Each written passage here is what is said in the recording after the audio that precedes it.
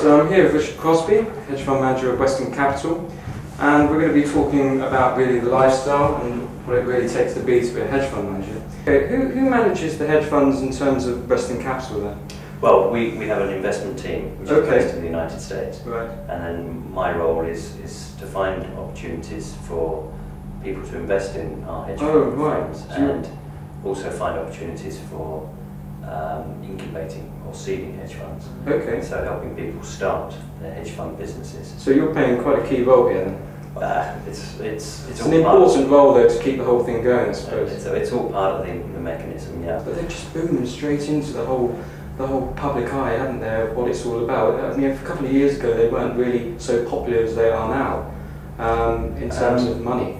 Banks changed greatly in the 80s and 90s, particularly in the beginning of the 90s, when some banks had some very severe, particularly American banks, liquidity problems. So one of the ways they changed was that they developed a fee-based income stream as opposed to a trading base. So many traders left banking and ended up running the hedge funds. Which is good today. And it continues obviously now at quite a pace. The company specialises in alternative investments. It sponsors numerous funds and it also designs customised portfolios, am I right? So in other words, am I right to say that you guys offer your capabilities to a number of very wealthy individuals and investors? Can you tell us a bit more about that in particular?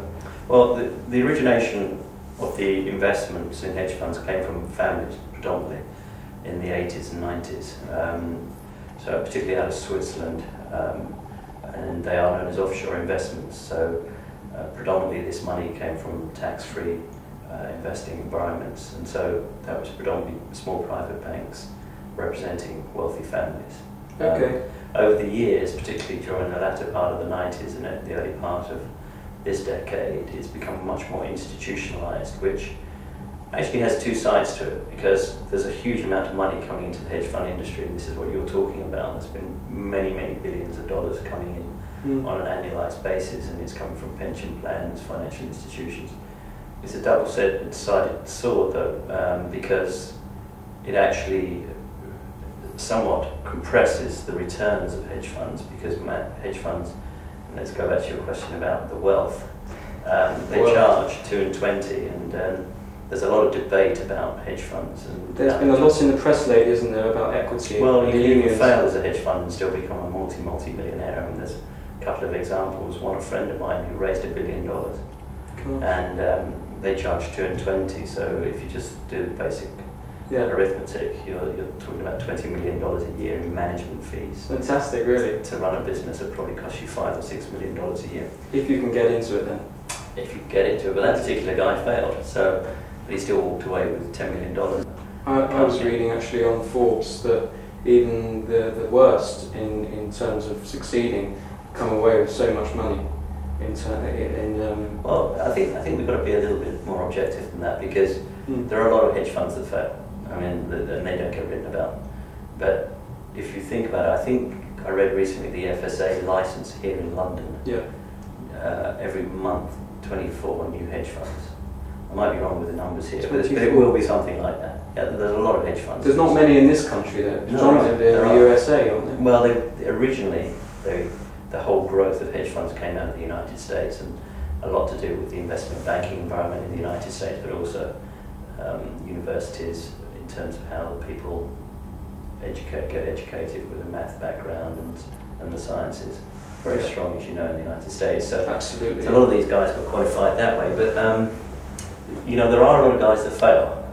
We've incubated, I think it's 12, 14 hedge funds now, of which 4 or 5 have failed, which is quite a burn rate if you think about it. I mean, you're looking at nearly 40–50% burn rate in terms of managers that fail. Time must be something of a real burden to you guys. You must work extremely long hours. Yeah, I mean, what's your average day? Well, a normal day for us is actually not as long as that.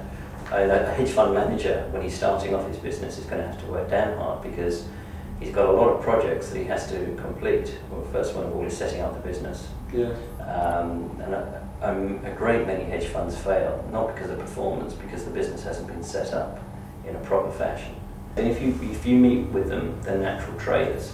And the guys that run it, very successful hedge funds, they're very driven, very driven individuals.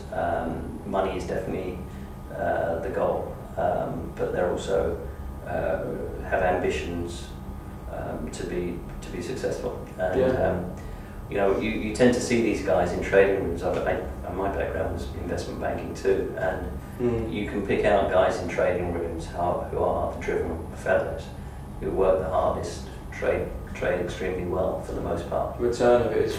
And they're the guys that will end up going out and setting up a hedge fund. So it's real self-motivation. Yeah, and it's also being very smart guys as well. I mean, you're not going to be a hedge fund manager if you're just a good trader. You've got to be a smart businessman, and you've got to be a smart manager of money, and you've got to be clever at recruiting people that manage that money alongside you. So is it down to personal skill and ability in order to produce the best, strongest hedge fund? Yeah, I mean it's a bit of luck as well. A bit of luck. You always need luck, but it is generally down to the skill of the individual in building a business and creating a business environment around him, whereby you're recruiting the right people, not only in trading but also in your back office and your middle office. Yeah, and it wasn't a conscious decision to come into this industry. In fact, none of my decisions have been conscious. Yeah, sometimes you fall into things, don't you? So that's about luck, I suppose. Yeah. And do you think you'll be a hedge fund manager one day? No, I have no desire. I'm not a trader. I'm not a natural trader. You're the manager. I like people taking the risks for me and for my clients and safe way. So it's I'm never going to be able to trade the way some of the people we're invested with. I don't have that background. No, that's understandable. What's the best thing about it in terms of how it contributes to the economy, do you think? All this in the news about all the people that are making so much money out of it. What do you think it is? Well, I mean, firstly, it's all about efficient markets, and that's the great changes in the last 30, 40 years. Yes. Is the efficiency of money and the speed of money around the world.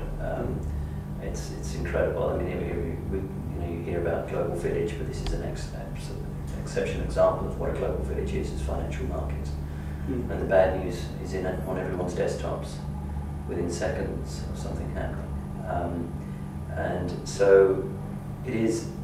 Hedge funds do create efficiency in markets. They do create liquidity in markets. However, they also have the opposite effect. 50% of, I'm not right on top of this here, I only read something, but they account for 50% of the market share, am I right? That sounds, it's probably in certain markets probably true, I would say. So there's a contribution. Yeah, so it's a huge contribution, because what happened was the banks, as I said, started to slow down in the trading activities or take trading activity away because they felt it was too risky for their shareholders. So these guys went away and set up their own hedge funds, and now banks, the irony of course, because banks are one of the worst managed businesses you'll ever find, the irony is banks are now buying hedge funds, but banks normally do things about 2 or 3 years after everybody else.